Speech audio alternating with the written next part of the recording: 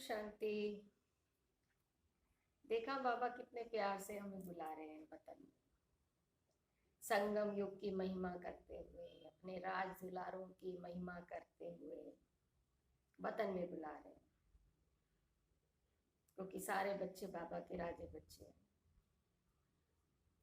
बाबा कहते हैं शिव बाबा, पिता का नाम तो पता होना चाहिए ना। बाबा तो बहुत सारे हो गए हैं, लेकिन बाबा कहते हैं साथ में शिव भी जोड़ा करो। तो शिव बाबा कहते हैं मेरी आप सभी विशेष आत्माएं, विशेष पाठधारी आत्माएं, विशेष आत्माएं, विशेष कार्य करने वाली, विशेषता से संपन्न आत्माएं, और इस विशेष संगम युग में परमात्मा के मददगार बनते हैं। इसलिए शिव बाबा को बहुत खुशी होती है, बहुत प्यार आता है अपने बच्चों को। लाडले बच्चे, सिकी लदे बच्चे महिमा करते हैं कि तुम मेरी महान आत्माएं, ऐसी महान आत्माएं जो महान कार्य के लिए निमित्त बनी। आपको तो पता ही नहीं है, भगवान आपको चुन के बैठ गया, अपना बना के बैठ गया, आपसे कार्य भी करवा रहा है, सेवा भी करवा रहा है, जमा का खाता भी बढ़ा रहा है, आपसे अनकंडीशनल लव भी करता है, और आपको पता ही नहीं है। क्योंकि हमारा कसूर नहीं है ना। हम आत्माएं इस समय देह के बंधन में इतनी बंधी हुई हैं कि हमें देह को देखने की आदत पड़ी, लेकिन परमात्मा देह को देखता नहीं है। उसके लिए तो आत्माएं हैं, तो आत्मा को ही देखता है। मेरी ये आत्मा की लाइट तेज हो रही है, ये कम हो रही है, इसको तेज कर दूं। इस आत्मा में रंग बिरंगी लाइट आ रही है कि नहीं आ रही है। किसी में हरी लाइट आती है, किसी में लाल लाइट आती है, क्योंकि हर रंग की विशेषता होती है, ऐसे गुणों की विशेषता होती है। तो आज परमात्मा हमें सिखाते हैं कि बच्चे स्वदर्शन चक्रधारी बने। क्यों? क्योंकि मेरे बच्चे परिस्थितियों से जूझते हुए, परेशान होते हुए बहुत दुखी हो गए हैं इस संसार में, और वापस जाने के लिए तो बाद में बात आती, लेकिन पहले यहाँ पर रह के अपने बाप का अनुभव तो कर लें, पिता के प्यार का अनुभव तो कर लें। कैसा होता है पिता का प्यार।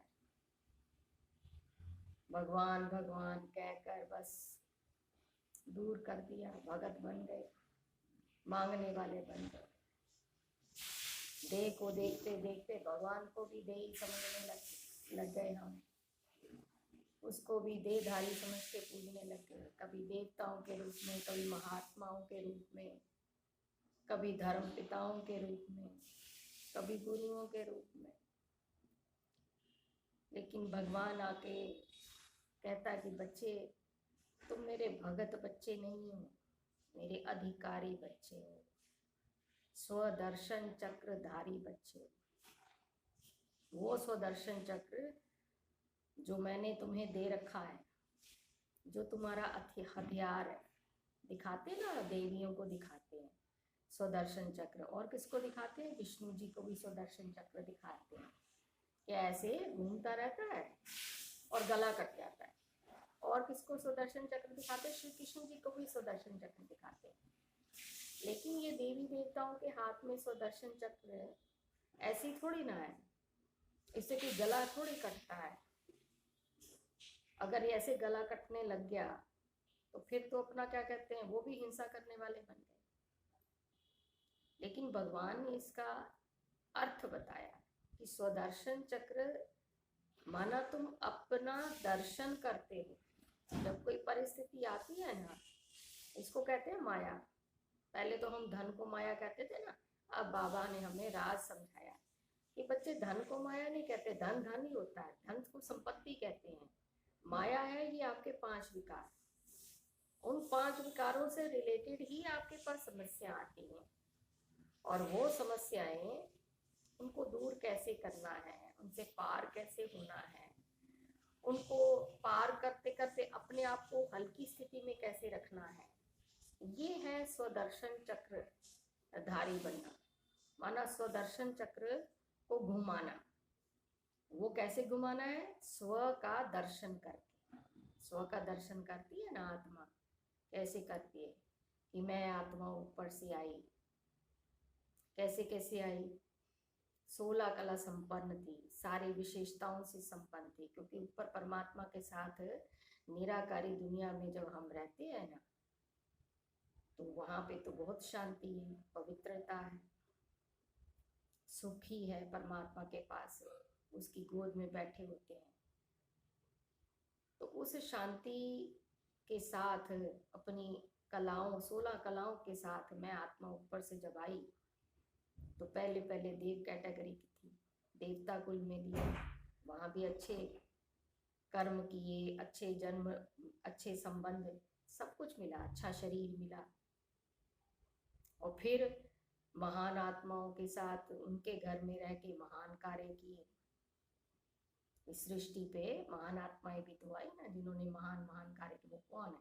हम ही तो हैं। फिर विशेष कार्य के लिए हमने विशेष आत्मा बन के आगे बढ़ी, और इस समय हमारा जन्म भगवान के घर में हुआ, और भगवान ने हमें अडॉप्ट कर लिया आत्मा को। लेकिन एहसास हमें धीरे धीरे हो रहा है।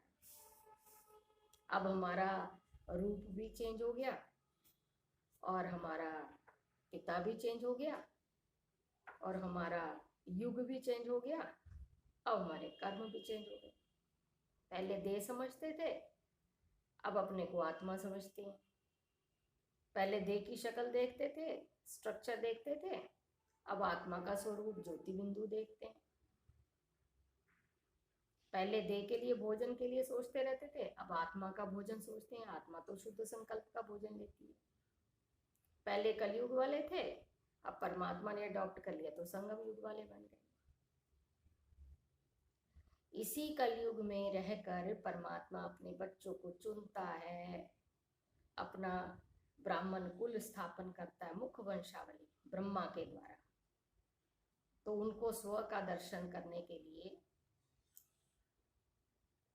बाबा हमें विधि बताते हैं कि बच्चे कैसे कैसे आपने स्वदर्शन चक्र फिराना है, कि ऐसे अपने आप को, आत्मा को रियलाइज करवाओ। ये नॉलेज मैंने तुम्हें दे रखी है, ये नॉलेज को याद करके स्व का दर्शन करना, माना स्व दर्शन घुमाना। उससे क्या होगा? उससे तुम्हारी परिस्थिति कट जाएगी। किसी आत्मा का कहा कोई बुरा लग गया, या कोई हमारा नुकसान हो गया है, पैसे का नुकसान हो गया, बीमारी का, या शरीर का कुछ एक्सीडेंट हो गया, संबंधों में कटाव आ गया है, किसी के साथ लगाव में बैराग आ गया है, दुखी हो गए हैं, तो ये सारी समस्याएं हमारी शरीर से संबंधित है। लेकिन आत्मा जब स्व का दर्शन घुमाती है ना, स्व का दर्शन करती है, तो उसकी समस्या दूर हो जाती कि मैं तो यहाँ पे पाठ बजाने के लिए आई हूँ, खेल कर रही हूँ, और मेरा तो ये धाम ही नहीं है। मैं तो उस शांति धाम की निवासी हूँ, और ये तो दुख धाम है, ये तो नरक है। कलयुग को नरक ही बोलते हैं कि नहीं? और जाना मुझे सुखधाम में है।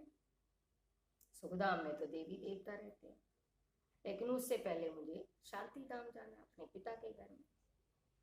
तो ये जब हम अपना स्व का दर्शन करते हैं, तो आत्मा बिल्कुल एकदम हल्की हो जाती, हल्की हो गई, परिस्थिति कट गई, स्वयं में शांति आ गई, मन संकल्पों से थोड़ा हल्का हो गया, और बुद्धि को नया भोजन मिल गया। तो जो परिस्थिति हमारी पर से आई थी, दूसरी तरफ से जो स्थिति हमारी बनी थी हलचल वाली, वो शांत होने लग जाती है कि कोई बात नहीं। क्योंकि परमात्मा पिता हमें समझाते हैं कि बच्चे, तुम्हारे अकल्याण में भी कल्याण छिपा हुआ है। सोचो ही मत मेरा अकल्याण हुआ है। जब मैंने तुम्हें अडॉप्ट कर लिया, अडॉप्ट तो इस समय वो सारी दुनिया को कर लेता है। ब्रह्मा द्वारा सृष्टि रचता तो खाली देवी देवताओं के लिए थोड़ी ना रचेगा, सारी सृष्टि है ब्रह्मा द्वारा जो रचते हैं, उसमें सारे धर्म पिताएं भी आते हैं, सारे धर्म के लोग भी आते हैं, वैज्ञानिक भी आते हैं, आचार्य विद्वान भी आते हैं, गुरु भी आते हैं, और देवी देवता भी आते हैं, ब्राह्मण भी आते हैं। लेकिन हमें ना पता नहीं था। अब बाबा ने ये बेहद का ज्ञान दे के हमें स्व का दर्शन करा दिया। फिर तभी तो लास्ट में आके ये देवियों की पूजा होती है ना, जगराते करते हैं। 3 युग तक तो देवियों को कोई जानता ही नहीं था। नवरात्रि कहते हैं ना, एक शिवरात्रि होती है, एक नवरात्रि होती है, और एक होती है ब्रह्मा की रात्रि। ब्रह्मा की रात्रि माना द्वापर कलयुग, और रात्रि माना घोर कलयुग। उसमें भगवान आता है, इसलिए ब्रह्मा की रात्रि। और रात्रि में भगवान आके हमें ये सारा ज्ञान देता है, हमारे कर्मों को श्रेष्ठ बनाता है, हमारी शक्तियों को जागृत करता है, और हमें अपने घर का रास्ता बताता है। यथा पुरुषार्थ अनुसार फिर आत्मा अपने अपने घर को जाती है, पिता के साथ, भगवान के साथ अपना संबंध स्थापन कर लेती है। और जो होती है आपकी शिवरात्रि, शिवरात्रि का माना शिवरात्रि में आते, माना कलयुग की घोर रात्रि में आते। और एक है ये नवरात्रि। नवरात्रि माना 9 देवियों का रात्रि में जागरण होना। जागरण होना माना जागृत होना। तो देवियां इसी समय जागृत, देवी देवता इसी समय जागृत होते हैं जब उनकी शक्तियां जागृत होती हैं। वो है ना, उसमें चंडमुंड का भी विनाश करती है, क्योंकि बुरी दृष्टि डालते हैं ना, तो वो स्वदर्शन चक्र चलाती है, तो उसका गला कट जाता है। वो तो एक स्थूल में सिंबलाइज करके बताते हैं। ऐसे ऐसे थोड़ी ना कोई देवी देवता हिंसक थोड़ी बनते हैं, वो तो अहिंसक है। अहिंसा परमो धर्म, ये देवी देवताओं का गुण है। 5 गुण है: सर्वगुण संपन्न, संपूर्ण निर्विकारी, मर्यादा पुरुषोत्तम, 16 कलश संपूर्ण, और अहिंसा परमो धर्म। ये देवी देवताओं की क्वालिफिकेशन है। तो उसमें हिंसा वाली तो कोई बात ही नहीं आती। डबल अहिंसक माना पवित्रता धारण करते, कोई कुदृष्टि भी नहीं डाल सकता, विकार में जाते नहीं है बिल्कुल भी। तो आज बाबा ने हमें ये हमारा हथियार जागृत करवाया है कि बच्चे, ये देवियों का जो चल रहा है इस समय, दिन चल रहे हैं नवरात्रि के, इन दिनों में तुम अपने आप को, अपनी शक्तियों को जागृत करोगी ना, तो वो तो तुम शिव की शक्तियां ना, तभी तो शिव शक्ति कहलाती हो। तो अपनी शक्तियों को जागृत करके अपने अंदर शक्ति भरो और अपनी परिस्थितियों से पार होते जाओ। जितना जितना आत्मा अपनी परिस्थितियों से पार होती जाएगी, अपनी आहुति देती जाएगी पुराने संस्कारों की, पुरानी दुनिया की, पुराने संबंधों की, तो आत्मा अंदर से जागृत होती है। रहना तो इसी में, जब तक शरीर है, जब तक पार्ट है, रहना तो इन्हीं संबंधों के साथ है, इसी दुनिया में है। लेकिन अपने आप को साफ भी तो करना है। तो साफ करने के लिए ये जो जो होता है ना, टाइम का महत्व बहुत होता है।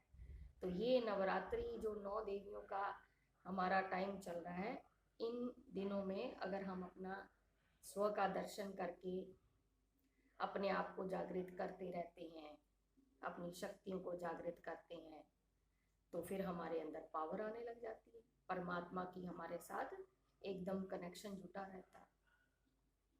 एक एक शक्ति हमारे अंदर आती रहती है। शक्तियां तो पता है ना आपको, शक्तियों का भी वृतांत बताएंगे, मोटे रूप से बता देती हूँ।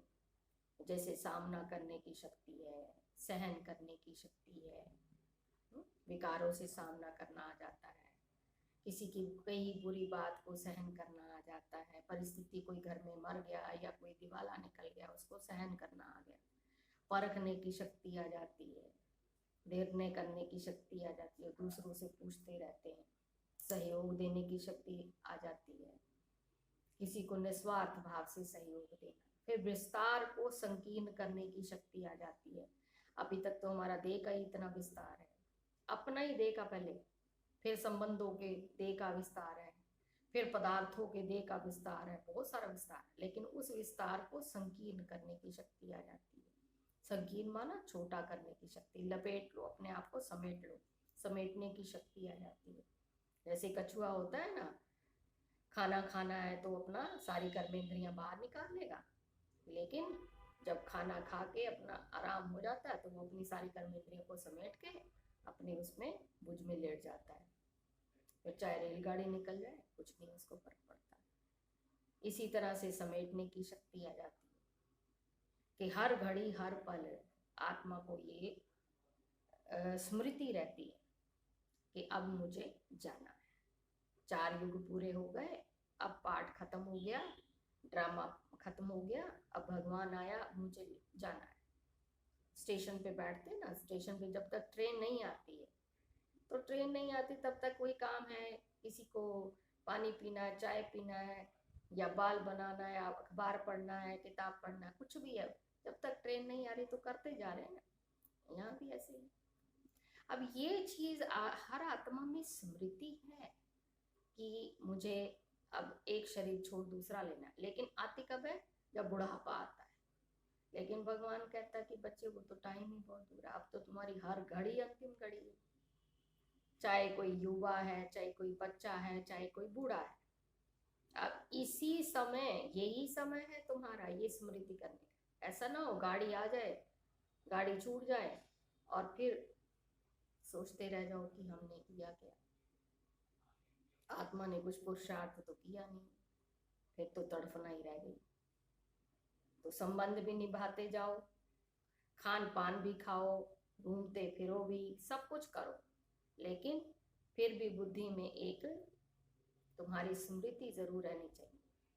तुम्हारी दृष्टि में, वृत्ति में एक बाप का साथ जरूर चाहिए कि मेरा पिता इस समय मेरे साथ है, वो मुझे क्या बनाना चाहता है। थोड़ा वक्त अपने लिए निकालो। अगर निकालोगे बच्चे तो तुम्हें तड़पना कम होगी। और मैं चाहता नहीं हूँ मेरे बच्चों को कोई दुख मिले, प्यार करता है ना बहुत ज्यादा। यहाँ भी देखो लौकिक बाप, शरीर का लौकिक बाप कुछ होता है तो फिर दुखी होता है ना, मेरे बच्चे को तकलीफ आ गई। वो तो पारलौकिक बाप है, सभी आत्माओं का बाप है, उसके यहाँ पे बच्चे दुखी हों तो उसको कितना दुख होता है। इसी दुख से ही तो वो छुड़ाने के लिए आया है ना। इसलिए विभिन्न प्रकार से हमें वो समझाता है, कभी गुणों को जागृत करवा के, कभी शक्तियों को जागृत करवा के, कभी सृष्टि चक्र का ड्रामा समझा के, कभी आत्मा की स्मृति, कभी हमारे फरिश्ता स्वरूप का दर्शन करा के, कभी सुखधाम का वर्णन करके, अलग अलग चीजों से रमणीक तरीके से अपना आभास करवाता है कि बच्चे ये बेहद का ज्ञान जो है ये तुम्हें कोई और नहीं दे सकता, और ना ही तुम्हें ये कोई कह सकता है स्वदर्शन चक्रधारी बनो, चले जाओ तुम सत्संग सुन लो, चाहे कोई तुम्हें ऐसा कह दे। और ना ही तुम्हें कोई ये कह सकता है कि अपने को आत्मा समझ के बाप को याद करो। ये सिर्फ एक हमारा पिता ही कह सकता है।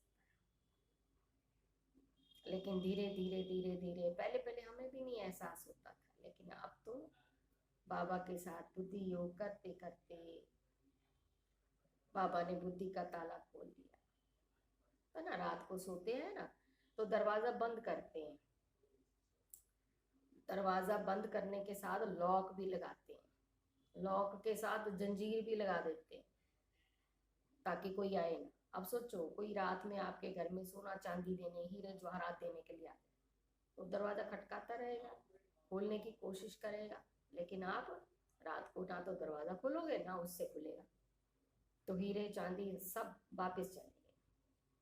सेम टू सेम यही कहानी हमारी आत्मा के साथ। भगवान हमें हीरे जवाहरात जैसे अनमोल रतन देता है, इतनी ज्ञान की बातें सुनाता है, इतना आभास करवाता है प्यार का, इतनी शक्ति भरता है, लेकिन हमारी आत्मा ने क्या कर रखा है?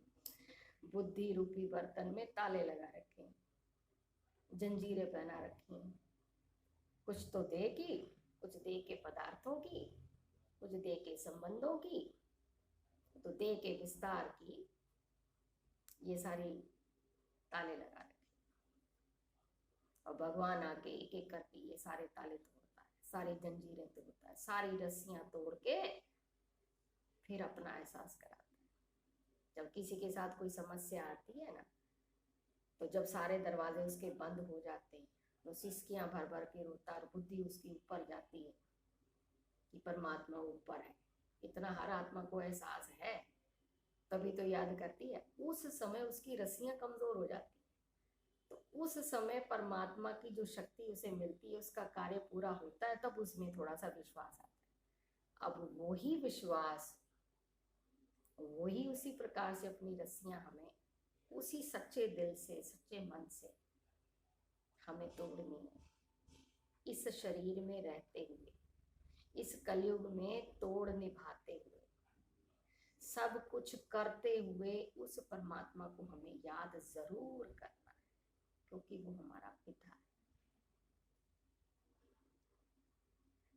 ठीक है, स्वदर्शन चक्र घुमाना ही घुमाना है। स्वदर्शन चक्र घुमाएंगे जब ही तो भाग्य बनेगा। फिर नई चीज लेके अपना क्या कहते, कुछ और नया भगवान से सुनेंगे। अब 1 मिनट के लिए परमात्मा को याद करते हैं, ठीक है।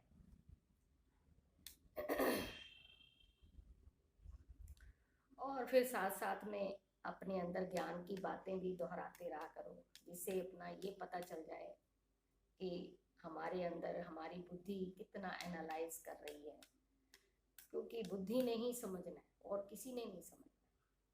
ठीक है, ओम शांति।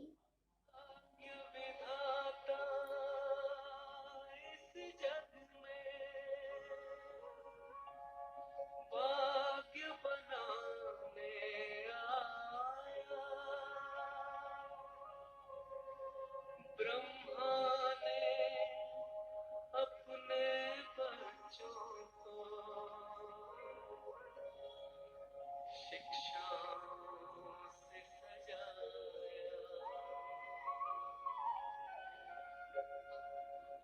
मीठे बच्चों, प्यारे बच्चों, ज्ञान की राह है न्यारी। मीठे बच्चों, प्यारे बच्चों, ज्ञान की राह है न्यारी। शिव पिता ने दी है तुमको, शिव पिता ने दी है तुमको श्रीमत कितनी प्यारी, श्रीमत कितनी प्यारी। मीठे बच्चों, प्यारे बच्चों, मीठे बच्चों, प्यारे ओम शांति।